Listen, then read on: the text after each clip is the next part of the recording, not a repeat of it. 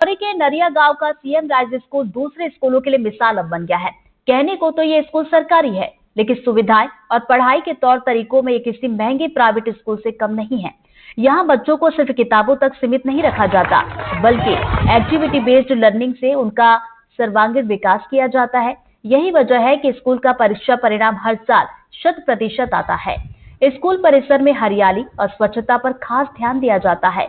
बच्चों को अनुशासन, नेतृत्व और ज्ञान का ऐसा संगम मिलता है कि दाखिले के लिए अभिभावकों के बीच होड़ मची रहती है। किताब के अलावा और कैसे पढ़ाते हैं टीचर आपको? हमें खेल खेल में पढ़ाई कराते हैं और हमारे स्कूल में डांस सिखाते हैं, संगीत और पोस्टर भी बनाना सिखाते हैं।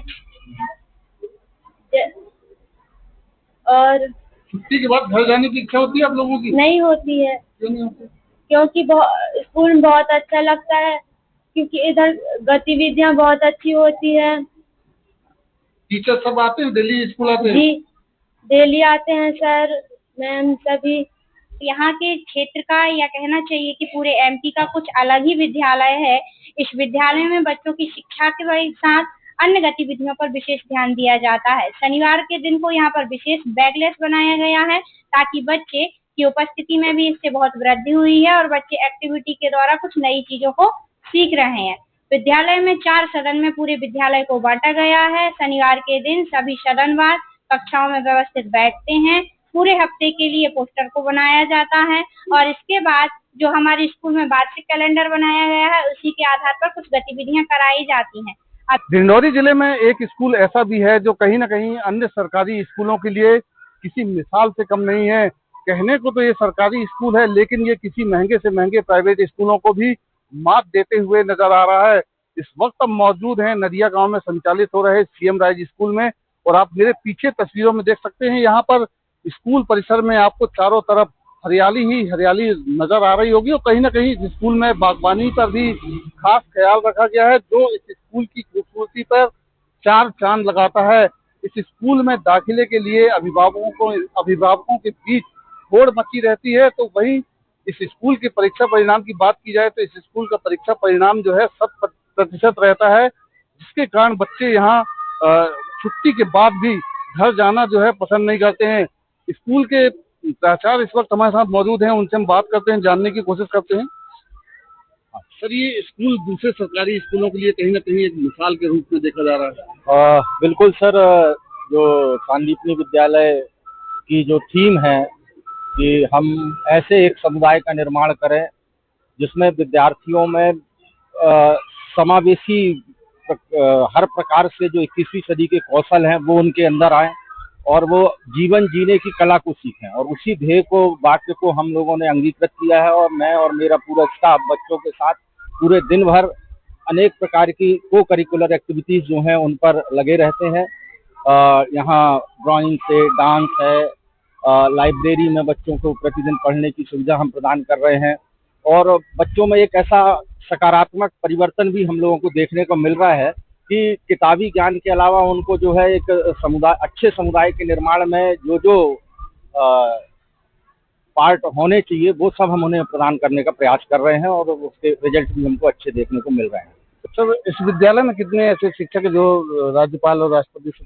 हमारे यहाँ सर राज्यपाल और पुरस्कार प्राप्त पूर्व प्रधान पाठक थे जो सेवानिवृत्त हो चुके हैं, और वर्तमान में हमारे पास जो प्रधान पाठक हैं वो श्री प्रवीण सुनकिया जी, वो राष्ट्रपति पुरस्कार से सम्मानित शिक्षक है और पूरे शिक्षकों का मार्गदर्शन करते हैं, और हम सबके साथ कदम से कदम ताल मिलाकर सबसे आगे फ्रंट में आकर जो है तो स्कूल के कार्यों में हिस्सा लेते हैं।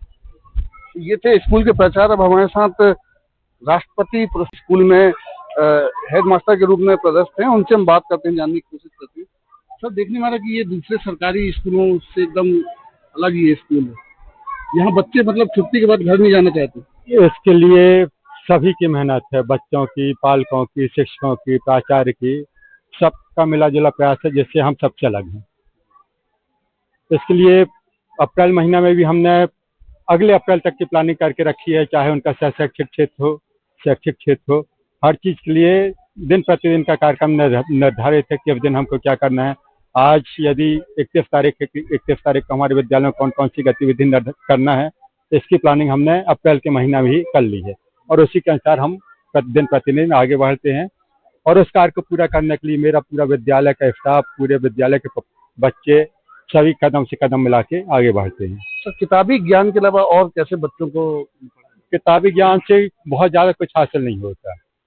किताबी ज्ञान तो ठीक है अपनी जगह, लेकिन उसके लिए हम प्रार्थना सभा से ही चालू कर देते हैं उनको व्यावहारिक जीवन की चीज़ें बताना, जो उनको आगे चल के प्रतियोगी परीक्षा में काम आएगी। प्रार्थना सभा होती है, प्रार्थना सभा में बच्चों को एक टॉपिक देते हैं, उस टॉपिक के एक वर्ष को लेके वो 3-4 सेंटेंस बोलते हैं। प्रतिदिन का ये काम है। हर हफ्ते के टॉपिक बदल जाते हैं। जो हमारी मिडिल क्लास है उनके टॉपिक थोड़ी से कठिन होते हैं, जो प्राइमरी और प्री प्राइमरी क्लास है उनके टॉपिक ईजी होते हैं। टॉपिक ऐसे देते कि बच्चे सीखें, टॉपिक के डर से बच्चे स्कूल न छोड़ दे, इस बात का हम ध्यान रखते हैं कि उनसे जो भी गतिविधि कराएं बच्चों को वो गतिविधि करते बन जाए। यदि हम कठिन गतिविधि कराएंगे तो वो गतिविधि बच्चे नहीं कर पाएंगे और विद्यालय से दूर होने लगेंगे। तो हमारे ये प्रयास होता है कि बच्चों के लेवल पर जाकर हम काम करें, सरल से कठिन की ओर जाए कि जो सरल लगता है जिससे वो सीखेंगे और आगे बढ़ेंगे। तो कहीं ना कहीं डिंडौरी जिले का ये स्कूल अन्य सरकारी स्कूलों के लिए एक मिसाल है और कहीं ना कहीं इस स्कूल से अन्य स्कूल के जो शिक्षक हैं उनको सबक लेना चाहिए। विजय तिवारी, NDTV, डिंडौरी।